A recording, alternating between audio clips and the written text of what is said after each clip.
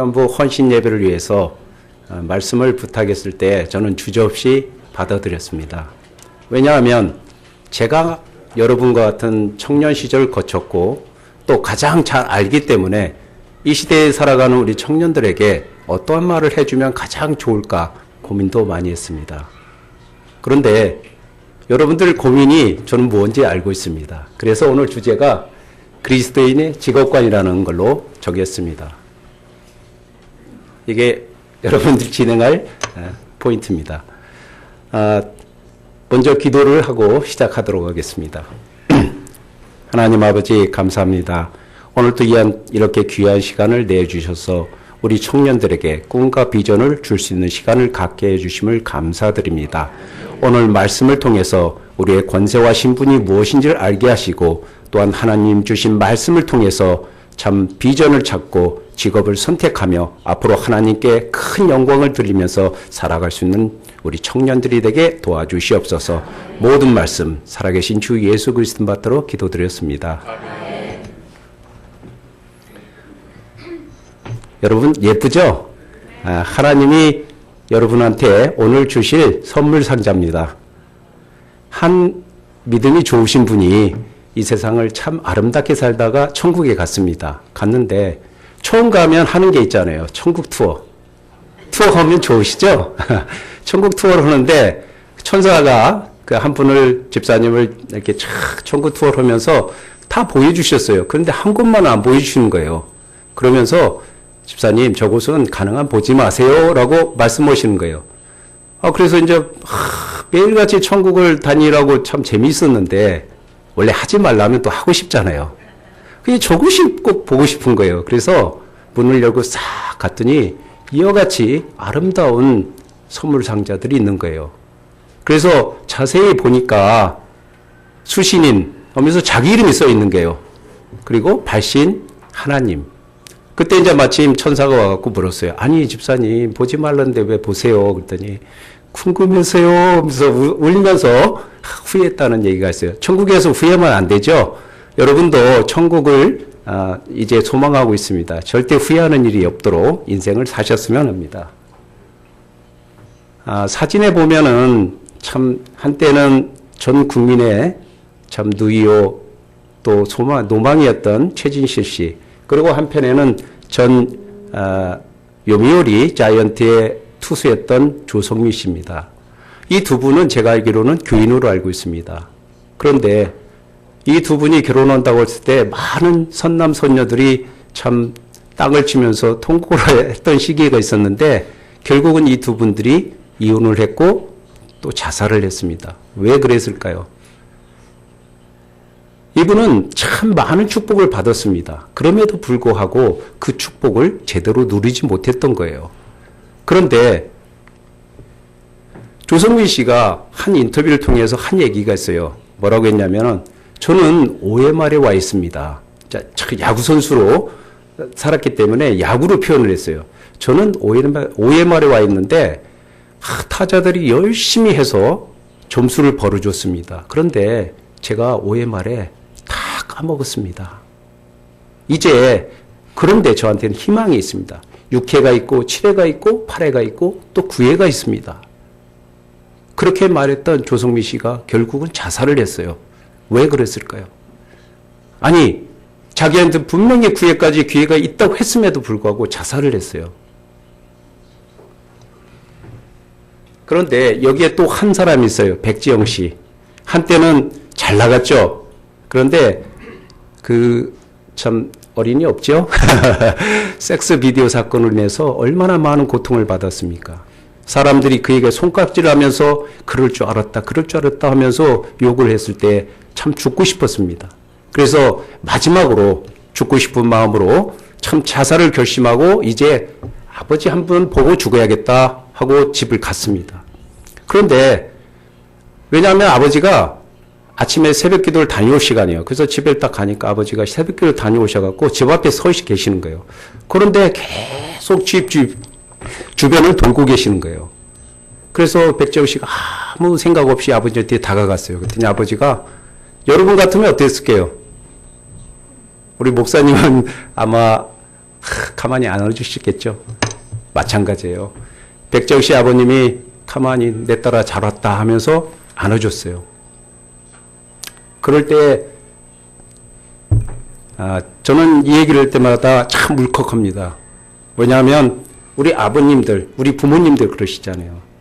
아무 소리 않고 안아줬을 때 백지영 씨가 다시 제기를 내서 다시 히트를 쳤던 것이 총 맞은 것처럼이라는 곡입니다.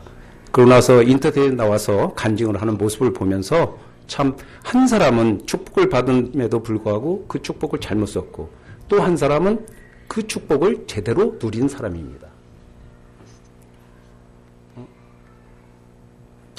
성경에 보면은 요한복음 8장 44절에 뭐라고 말씀했습니까? 같이 한번 읽겠습니다. 시작.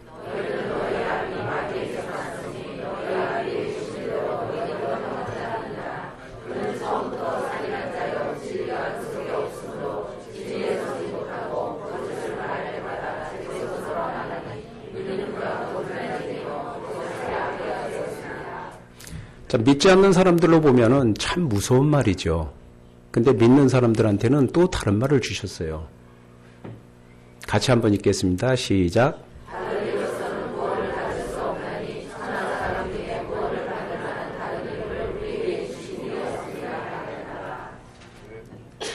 한 사람이 아주 선하게 살려고 노력을 했습니다. 이 그림에서 보면은 참 이분은 해적선에서 일을 하고 있어요. 그런데 아무리 선하게 살려고 해도 신분이 뭡니까? 결국은 해적이에요. 그가 아무리 노력했지만 자기는 결국은 해적을 위해서 살 수밖에 없었다는 거예요.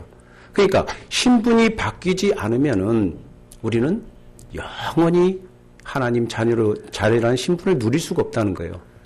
그래서 하나님께서 말씀을 주셨습니다. 같이 읽겠습니다.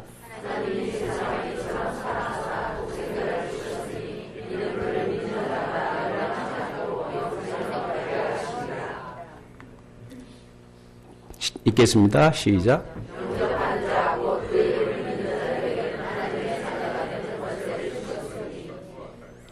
저는 이 말을 가장 좋아합니다. 우리의 신분과 권세가 바뀌었다는 거예요.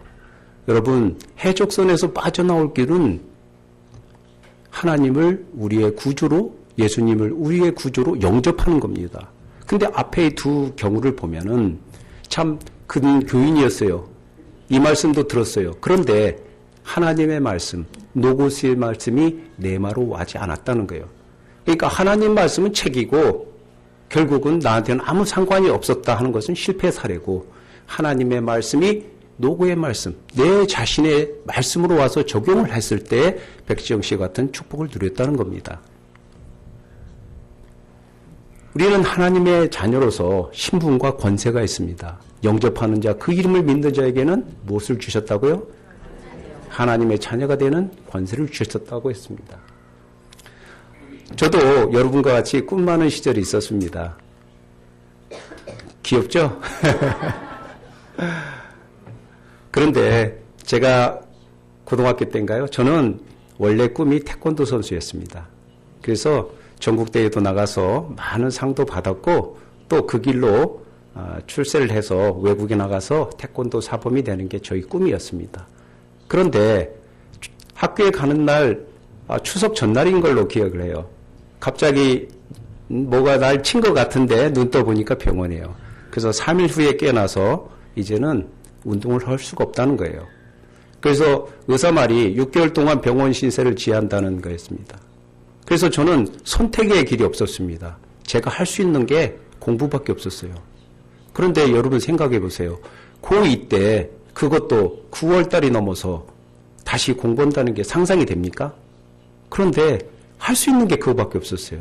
그래서 결국은 공부를 하고 했죠. 그런데 거기에 더불려서 방황이 있었어요. 왜냐하면 제가 참 좋아하던 누님이 있었는데 저는 8남 4녀 중에 막내였습니다. 그게 상상해 보세요. 저희 형님이 저희 장인어른보다 나이가 많으세요. 큰형님이. 그래서 형님과 저 나이 차이가 28살 차이입니다. 지금도 보면은 형님이 살아계세요. 그래서 형님이 이건 이제 다음에 또 얘기하겠습니다.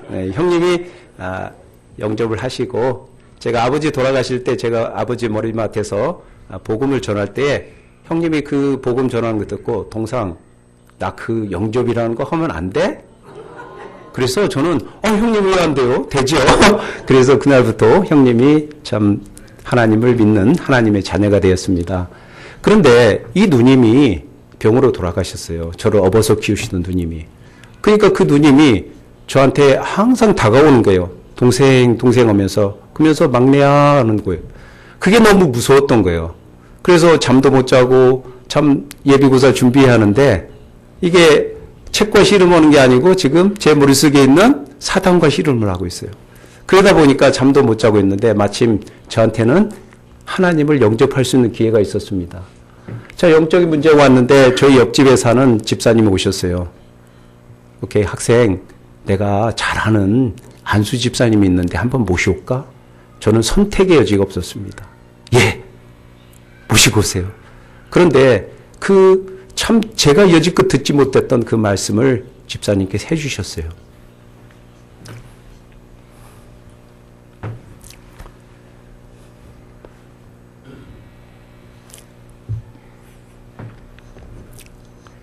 저는 그 이후로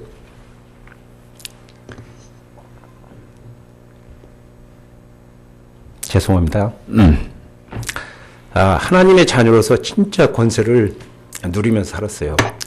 그래서 남은 기간 동안 공부도 열심히 하고 그리고 교회 생활도 참 잘했습니다. 제가 성가대 멤버인데 지금 성가대에 오니까 좀 이렇게 쫓겨나지 않고 지금도 아직 붙어 있습니다. 그래서 제가 원하던 길인 사관학교에 진학을 하게 됐고 그리고 전투기 조종사로서 군생활을 하게 되었습니다. 그런데 이제 군생활을 하면서 말씀 공부가 지속이 되지 못하다 보니까 다시 저한테 문제가 온 거예요. 참, 그러다 보니까 조종사로서 다른 사람의 이제 봉급을 2배 정도 받았는데 그 돈을 모두 다 술 먹는 데 쓴 거예요. 그러니까 주말만 되면 술 먹으러 가요. 그래서 이제는 안 해야지 라고 생각을 했는데 술값 값으로 가서 서비스라고 주는 거에 또 한 잔 마시다가 다시 술값을 지고 오는 그런 악순환을 겪은 적이 있습니다. 그런데 하나님은 저를 버려두시지 않았어요. 또 이렇게 가정을 통해서 그래서 결혼이라는 걸 통해서 저한테 또 다른 축복을 주셨어요. 그래서 교회와 가정과 일터에서 참 평안을 누렸어요. 그런데 말씀이 함께하지 않으니까 이것은 일시적인 평안이었어요. 그래서 결국은 저는 이제 결심을 했어요, 와이프한테. 그래서 전역하기로. 그래서 장군이 되겠다는 꿈을 접고 전역을 해서 아시아나항공에서 열심히 일을 했습니다. 일을 하면서 제가 마지막에 탔던 777 기종입니다.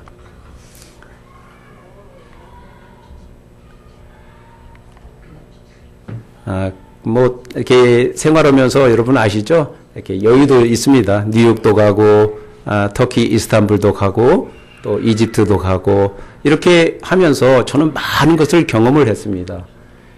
경험을 하면서 서서히 제 마음속에 싹 트는 것이 있었어요. 그것은 선교에 대한 비전, 전도에 대한 비전이 있었어요. 그런데 태국을 여행 가면서 제가 느낀 게 있어요.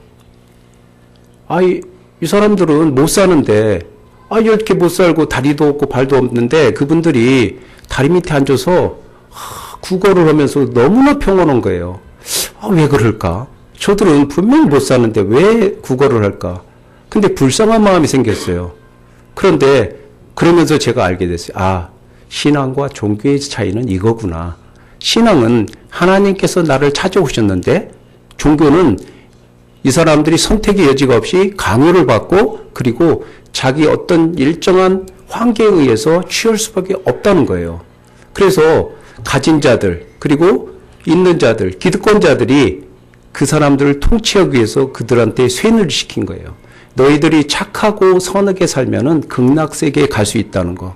얼마나 불쌍합니까? 그러니까 지금 자기 현실은 굉장히 비참하고 힘들고 어려운데 선한 모습으로 구걸을 할 수밖에 없다는 거예요.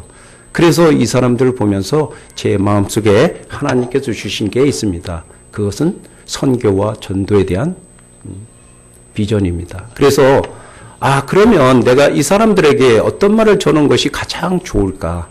그것은 내가 아는 하나님, 내가 경험한 그 하나님을 전해갔다는 것입니다.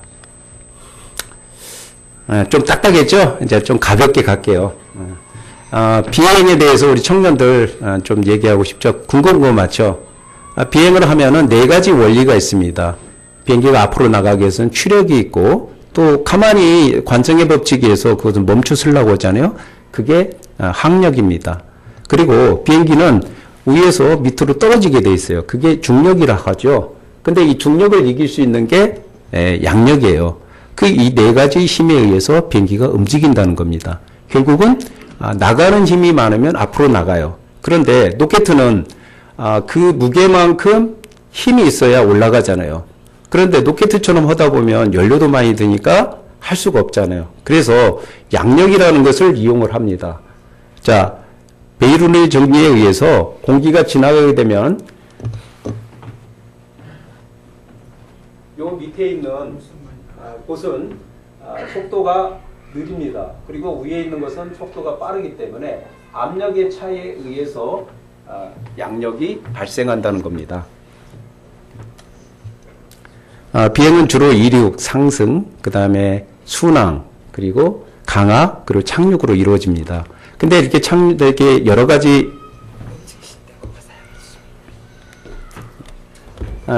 의 힘에 의해 이 여러 가지 상황에서 그냥 조종사가 하는 것이 아니고 출발하면서부터 내릴 때까지 관제사와 그리고 모든 컴퓨터로 다 연결이 되어 있습니다. 한 예로 제가 비행을 하고 있으면 정비사한테 먼저 회사에서 연락이 옵니다. 위성을 통해서. 그러면 무슨 일이냐고. 그래서 이제 제가 아직 일어를 잘 못하기 때문에 처음에는 영어로 하다가 이제 영어로 제가 하면 또 잘 못 알아듣고 하면은 이제 부기장한테 넘깁니다. 그러면 부기장이 받아서 하는데 기장님 지금 어떤 시스템이 좀 이상하지요? 라고 묻습니다. 근데 저는 아직 모르고 있습니다. 근데 잠시 후에 띵 하고 워닝이 옵니다. 그래서 컴퓨터가 저희한테 어떤 시스템이 나쁘다고 알려줍니다. 그 정도로 지금은 시스템이 컴퓨터화되어 있습니다. 그래서 조종사보다도 지상에서 먼저 알 수 있을 정도로 그 정도로 발달이 되어 있습니다. 그래서 비행기 타시는 거 너무 무서워하지 마십시오. 그러면 어떻게 다니냐? 공중에서는요, 저렇게 길이 다 있습니다. 그래서 길이 이렇게 많은 길이 있는데 이거를 재래식 기존의 방법은 방송국과 방송국. 그래서 여기에도 그 어떤 스테이션이 있습니다. 그 스테이션과 스테이션을 다 연결을 해서 그게 길이 됩니다. 그런데 그 길이 꼬불꼬불 하다 보면 돌아가려다 보면 연료도 많이 들고 시간도 많이 걸립니다. 그래서 현재 그런 방법을 줄여서 합니다. 이건 기존의 방법입니다. 근데 지금은 무조건 직선으로 갑니다. 그래서 직선으로 가면은 시간과 연료를 아낄 수가 있습니다. 여러분 비행하다 보면 시차를 느끼시죠? 시차는 어떻게 이루어지냐면 제일 먼저 시작한 게 지금 지구가 360도입니다. 그 360도의 지구를 15도씩 잘랐습니다. 그러다 보면 24. 그래서 24시간인데 제일 먼저 이것을 시작한 게 영국입니다. 그래서 영국의 그리니치 천문대를 중심으로 해서 이렇게 하고 있습니다. 그래서 저희 나라는 일본과 같이 9시간에 있습니다. 그래서 시차가 9시간이 나게 되어 있습니다. 그런데 엄밀히 말하면 한국은 30분 차이가 있습니다. 그런데 이제 저희가 일본의 식민지를 당한 그때부터 굳어져서 그렇게 하고 있는데 지금 북한에서는 이것을 바꿔서 사용하고 있습니다. 그러나 저희는 이걸 바꾸다 보면은 그 시스템에 대한 오류 그리고 여러 가지 불편한 점에 의해서 계속 사용하고 있다는 겁니다. 또 비행을 하다 보면 잠이 와요. 이렇게. 근데 왜 그러냐면 비행기 안에는 산소가 있어요. 산소가 있는데 지상에서의 그 압력을 똑같이 맞춰줄 수가 없어요. 왜냐하면 똑같이 맞춰주다 보면 비행기를 더 단단하게 만들어야 하고 그러다 보면 비용이 많이 듭니다. 그래서 지상에서보다는 한 70% 정도 이렇게 맞춰서 놓고 있어요. 그러다 보니 산소가 부족하기 때문에 잠이 오는 거예요. 그런데 우리 아들은 비행기만 타면 잠만 자, 뭐 어디 아픈가 봐 그렇게 걱정하시는데 절대 걱정 안 하셔도 된다는 겁니다. 아까 연장선으로 지구가 24도가 누져 있죠. 23.5도가. 그래서 23.5도가 이렇게 기울어져 있어 갖고 자전을 합니다. 그래서 공전을 지구 태양 주위를 1년에 한 바퀴 돌면서 또 24시간마다 한 바퀴씩 도는데 그 도는 원리에 의해서 저희 나라가 위치해 있는 그게 45도 정도 됩니다. 그 위치에서 서풍이라고 하죠. 그래서 편서풍인데 편서풍이 있어가지고 바람이 붑니다. 그래서 미국으로 갈 때는 이 서풍이 있기 때문에 뒷바람을 받아서 갑니다. 그래서 가난한 뒷바람을 받기 위해서 이렇게 밑으로 내려와서 비행합니다.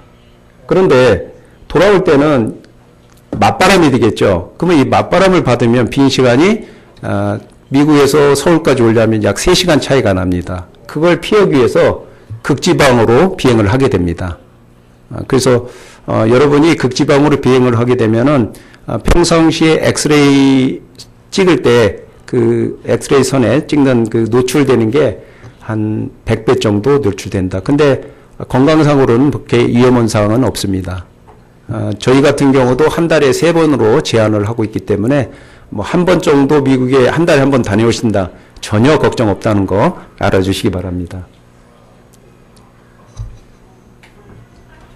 실질적으로 이건 좀 과장된 거지만 비행할 때 이렇게 날개가 흔들린다는 걸 보신 적이 있습니다. 그리고 실제 날개가 흔들린 거 봤다고 걱정하시는데 비행하다 보면 승무원들이 연락이 옵니다. 기장님, 승객 중에 비행기 날개가 흔들렸다고 무서워서 지금 못 가겠다는 분이 있는데 어떻게 하냐고.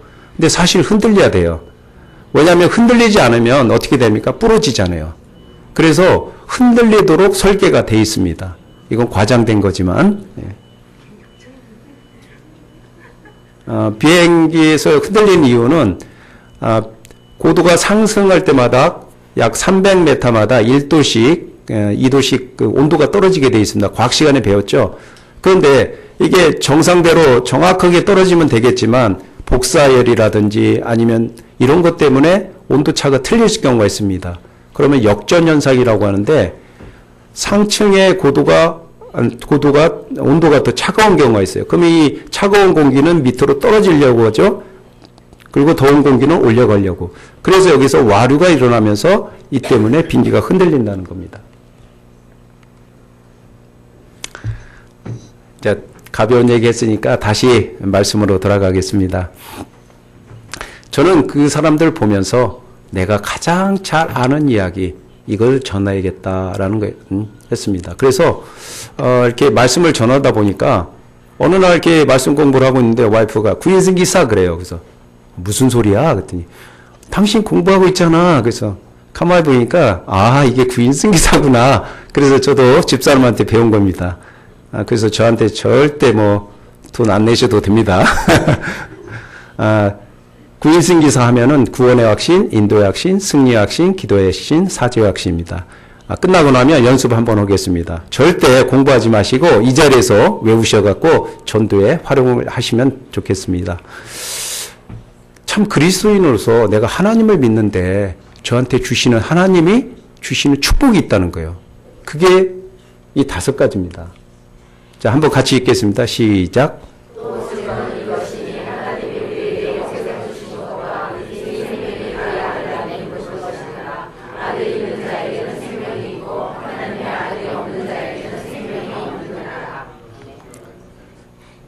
일본에 오니까 참 건강하신 분들이 많아요. 근데 한번 질문 한번 할게요. 뭐 한국에는 이런 말이 있어요. 8899-234 무슨 말인지 아시죠? 88세까지 9988-234죠. 99세까지 88에게 살다가 231 앓다가 죽는 거. 그게 나이 드신 분들의 소망이래요.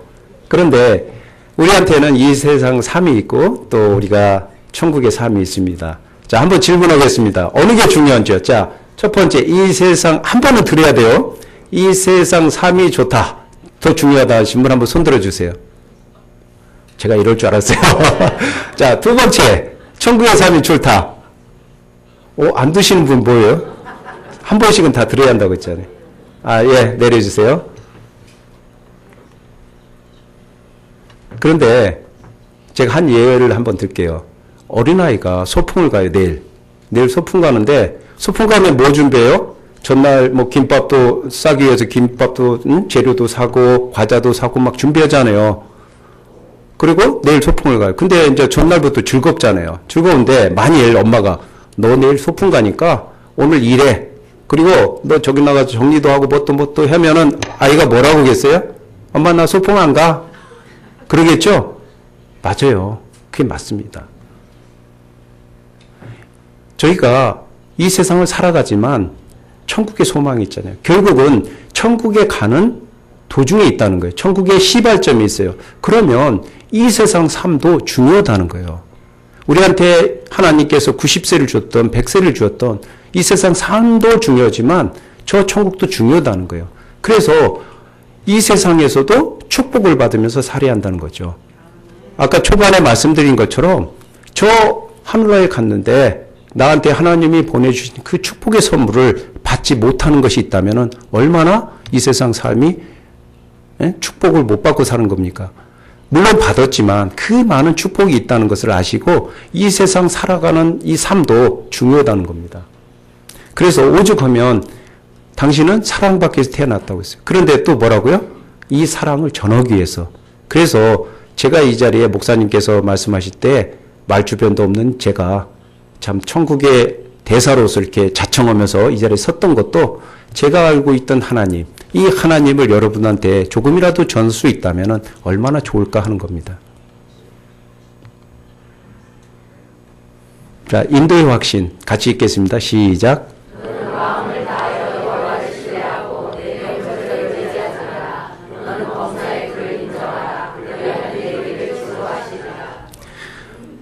이런 말이 있더라고요. 뭐로 가도 서울만 가면 된다. 처음에는 그게 맞는 말인 줄 알았어요. 그런데 아니더라고요. 뭐로 가면 개고생한다. 똑바로 가야죠. 왜 옆으로 갑니까? 똑바로 가야 돼요. 가만히 보면요. 그게 하나님의 인도였다는 것을 우리가 알 수 있습니다. 승리의 확신이요. 읽겠습니다. 시작.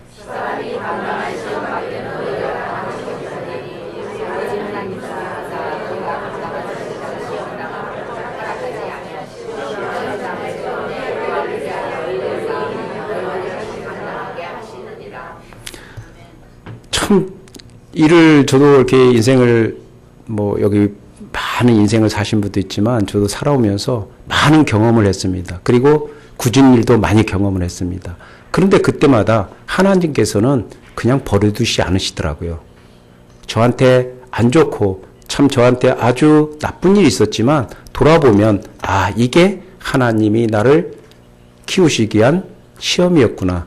여러분, 시험과 유혹을 아시죠? 테스트와 템테이션. 우리 청년들은 이 말을 꼭 명심해야 돼요. 템테이션, 유혹이에요, 유혹. 그리고 시험은요, 테스트는 나를 성장시키기 위한 하나님의 훈련 방법이라는 거예요. 제가 외국에 가면 호텔에 많이 묵습니다. 호텔에 주로 묵죠. 그런데 호텔에 가면은 인터넷도 발달되어 있으니까 처음에 가서 제일 먼저 하는 게 인터넷 엽니다. 열면은 바이러스가 먹었는지 첫 화면이 이상한 화면이 나와요. 그러면 제가 클릭할까요? 안 할까요? 에이, 저를 너무 잘 봐주셨어요. 클릭해요. 그게 인간이더라고요. 머리로서는 안 되지 하면서도요, 하게 되더라고요. 그래서 이것을 이길 수 있는 방법이 뭘까? 저는 많이 생각했어요. 그것은요, 그러면 클릭을 할 때는 많은 사람들이 있는 데서 해보자. 그러니까 안 오게 되더라고요. 그래서 여러분, 기도할 때 외에는 꼴방에 들어가는 거 아니에요. 기도할 때는 진짜 하나님과 은밀한 관계를 하지만 다른 걸 때는 이렇게 열려있는 장소에 나와서 하시는 것이 좋다는 겁니다. 자, 기도 응답 확신 같이 읽겠습니다. 시작.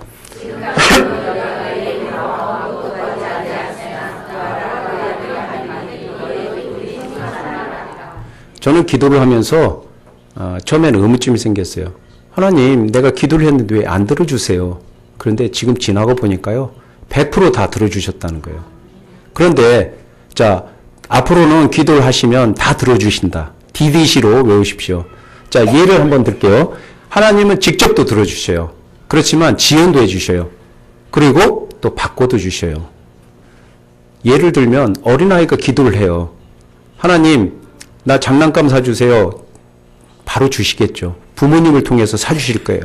자, 그런데 하나님, 나 칼 주세요. 그러면 주실까요? 안 주셔요. 근데 주신다는 거예요. 언제요? 하나님은 그래, 네가 커서 그리고 그것을 안전하게 다룰 때 주신다는 거예요. 좋은 목적으로 그걸 쓸 수 있다면은, 쓴다면은 하나님을 주신다는 거예요. 그런데 여전히 그 아이가 하나님, 나 과자 주세요, 뭐 빵 주세요, 10살, 20살 됐는데도 그런다면은 들어주시겠어요? 바꿔주시겠죠. 응? 길동아, 너는 너한테 필요한 게 이게 아니고 이거야 하고 바꿔주신다는 거예요. 그래서 여러분이 기도를 하시면 100% 들으신다. 절대 하나님이 나 들어주실까라고 생각하지 말고 기도를 하세요. 필요하면 하나님께서는 지연해서 또는 바꿔서 들어주신다는 겁니다. 읽겠습니다. 시작.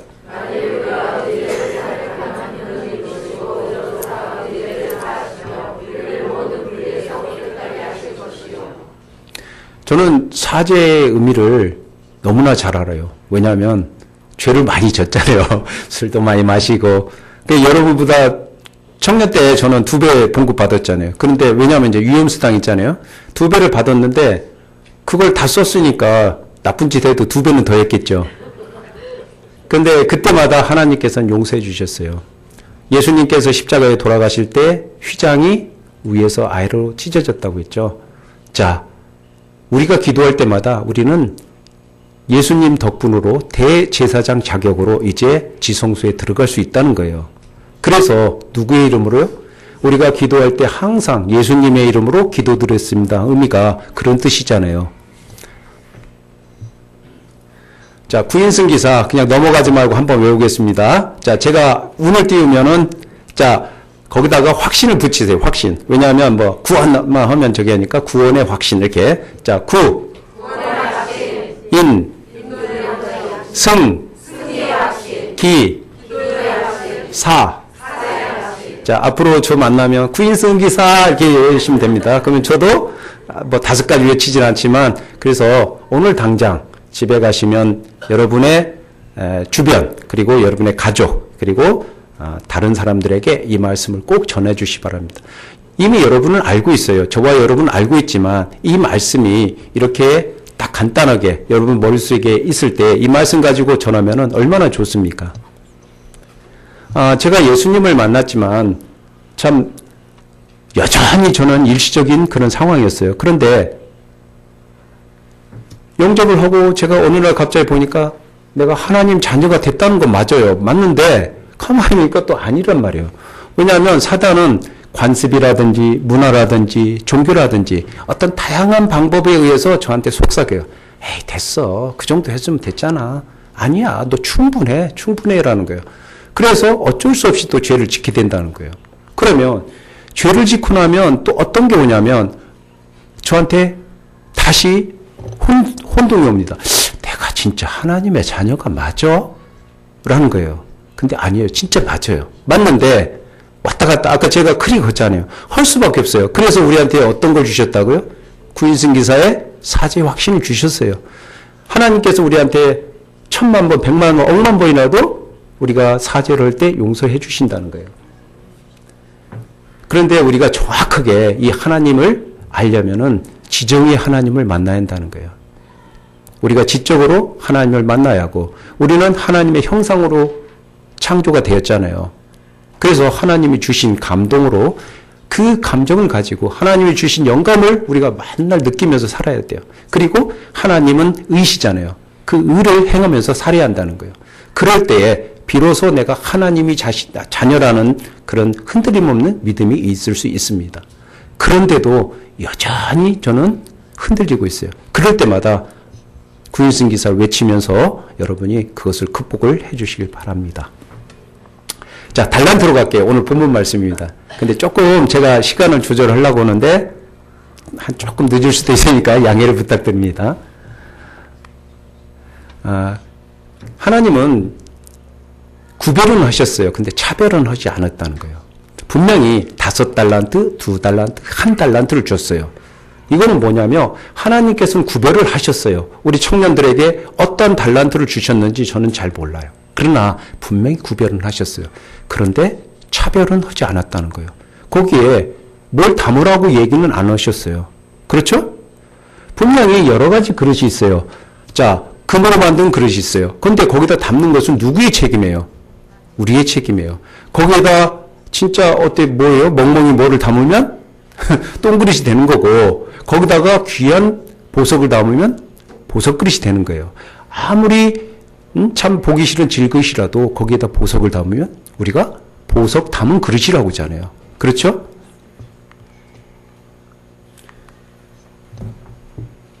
프랑스 심리학자가 알프레드 비네트라는 사람이 학습 위기에 처한 이 초등학생을 대상으로 해서 이런 제도를 만들었어요. 그런데 이걸 만들다 보니까 1등에서 꼴등까지 줄 세기를 시작한 거예요.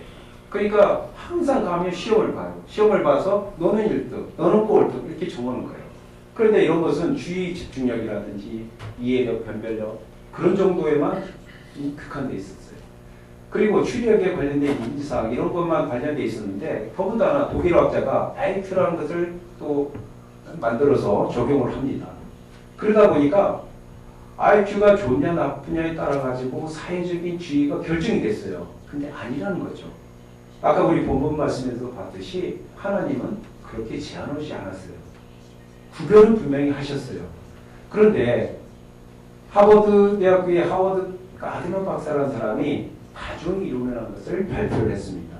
이건 뭐냐면은 앞에서 사용했던 참 1등에서 꼴등까지 세우는 것도 중요하지만 그런 것에 더불어서 다수의 능력이 인간의 지능을 구성하고 있다고 했습니다.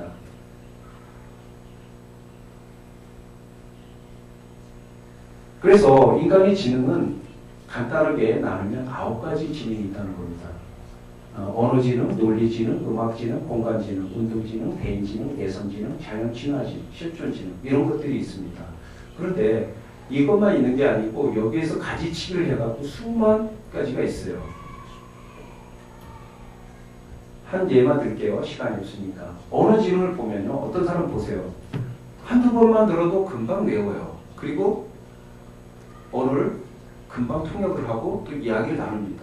그런데 어떤 사람은 100번을 들어도 잘 안 돼요. 그러면 나는 머리가 나쁜가 봐? 아닙니다. 단지 언어 지능이 좀 떨어질 뿐이에요. 그런데 미국에 가서 보면은 거지도 영어를 합니다.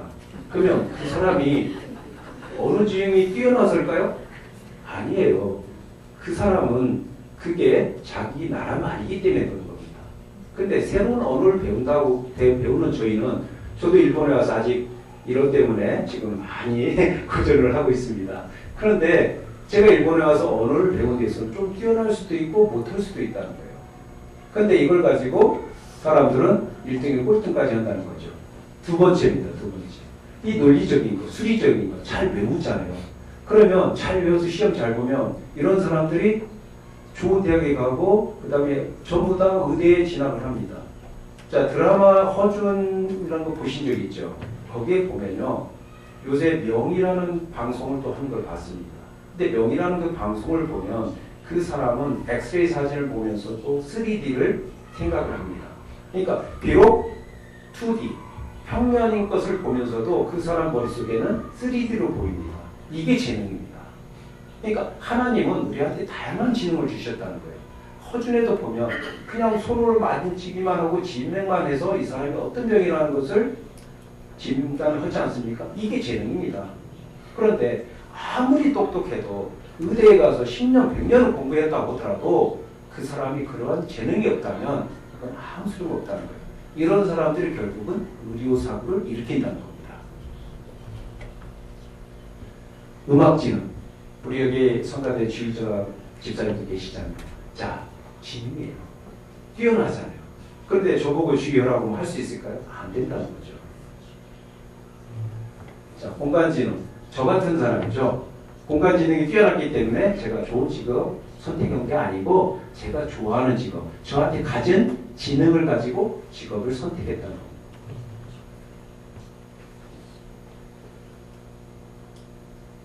시간이 있으면 우리 청년들한테는 따로 질문하시고 하면은 배포를 하도록 하겠습니다. 자, 저희 직업을 보면 가드너 이런 9가지 재능을 가지고 한번 저의 지능을 한번 점검을 해보겠습니다. 저 언어지는 그렇게 뛰어나지도 않고 모자라지도 않습니다. 조금 괜찮아요. 뭐 음악지는 뭐 주의자님 아직 안 내줬더라고요. 그러니까 좀 괜찮겠죠. 뭐 미술지는 그림도 조금 그래요. 그 다음에 운동? 제가 공으로 동그랗게 된 거 다 잘합니다. 그런데 저한테 뛰어난 것은 공간지능이에요. 그래서 공간지능에 의해서 제가 아주 뛰어난 직업을 가지고, 이 지능을 가지고 저희 직업을 잘 선택했다는 겁니다. 그래서 근데 선택과 종사 한번 읽어보겠습니다. 시작.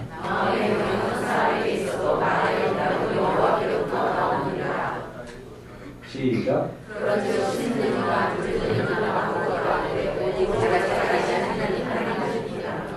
제가 아무리 조종사가 되고 싶어도 제가 기도할 때 하나님이 저를 성장시켜주지 않으시면, 저를 도우시지 않으시면 할 수가 없다는 거예요.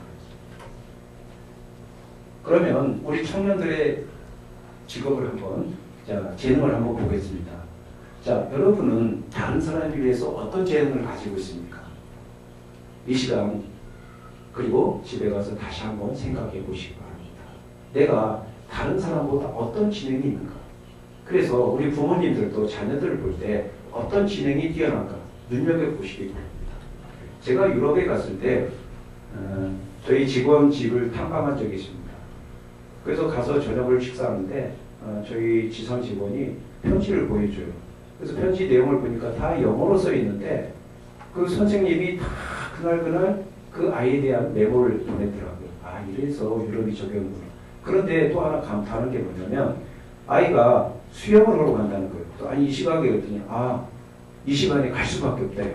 그래서 왜 그러냐고 했더니 전직 국가대표 수영 선수가 와서 지도하는 날이라고요.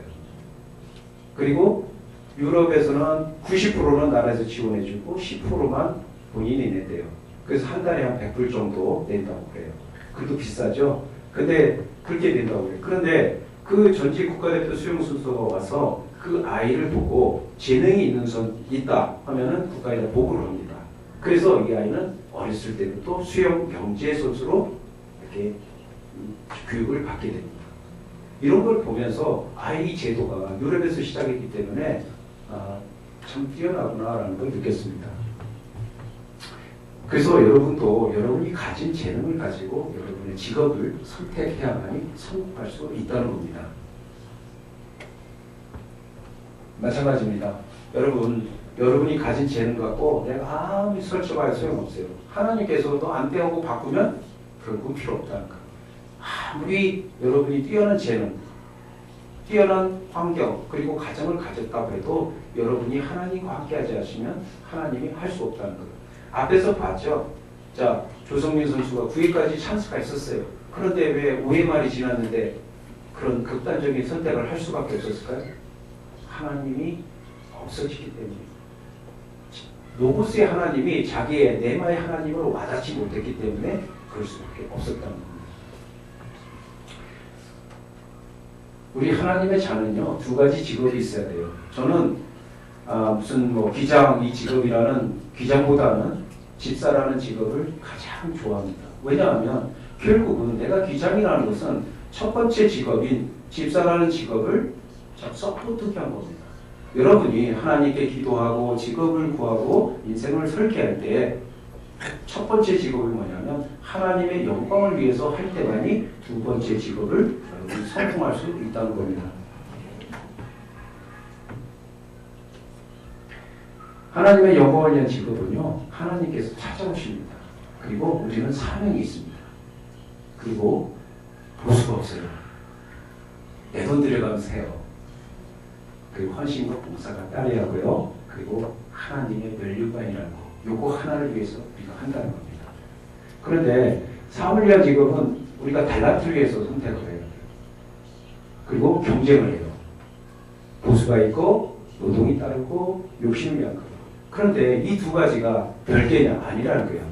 두 번째 직업이 첫 번째 직업을 서포트하는 것은 맞아요. 맞지만 반드시 삶과 그리고 우리의 신앙은 별개가 아니고 이렇게 밸런스를 이루어야 한다는 겁니다. 그래서 비로소 평안하다는 것은 자 우리의 참 구세주신 예수님을 중심으로서 교회와 직장과 그리고 우리 가정이 참 공존하면서 밸런스를 이룰 때 진정한 평화가 있습니다. 편안과 평안은 아시죠? 편안은 일시적인 거예요. 조건에 의해서 바뀔 수가 있어요. 근데 평안은 흔들리지 않아요. 우리가 평안의 의미에는 편안과 그리고 영혼의 안식이 있다는 겁니다. 사르트가 얘기해서 인생은 B에서 시작해서 D로 끝난다. 자, B가 뭔지 아시죠? 탄생과 D, 죽음이에요. 그 사이에는 오로지 자기의 선택밖에 없다라고 얘기했어요. 그런데 그리스도인은 아니에요. B와 D 사이에는 오직 크라이스트만 있을 것입니다. 그래서 예수님을 영접하면은 자 우리가 죽음을 넘어서 영원한 생명을 주신다는 겁니다. 자 말씀을 마치겠습니다. 이 시간 우리가 우리의 신분과 권세가 무엇인가에 대해서 우리가 다시 한번 리마인드 했습니다. 그리고 우리 청년들한테 주어진 달란트가 무엇인가를 다시 한번 생각해보는 그런 시간이 되었습니다. 또한 하나님의 자녀로서 우리가 어떤 직업을 선택했을 때 가장 좋을 것인가, 그냥 선택할 것인가 아니고 하나님이 주신 달란트를 바탕으로 해서 우리가 기도하면서 하나님께 응답받는 그런 청년부가 되었으면 합니다. 그래서 진정한 평화, 하나님이 주시는 참 평안을 누리는 저와 여러분이 됐으면 합니다. 기도하겠습니다. 하나님 아버지 감사합니다. 부족한 저를 오늘 천국의 대사로 파송해서 우리 청년들과 함께 이렇게 귀한 말씀을 나눌 수 있도록 하여 주심을 감사합니다. 이 시간 우리가 하나님의 자녀로서 참 신분과 권세가 무엇인지에서 다시 알았고 하나님께서 주신 달란트가 무엇인지를 알았기에 이 달란트를 가지고 하나님께 우리 직업에 대해서 하나님께 간구합니다. 우리 청년들 하나님 아버지 이 시간 하나님이 주신 비전을 가지고 하나님께 응답받는 귀한 시간이 되게 하여 주시옵소서. 모든 말씀 살아계신 주 예수 그리스도 받들어 기도드렸습니다.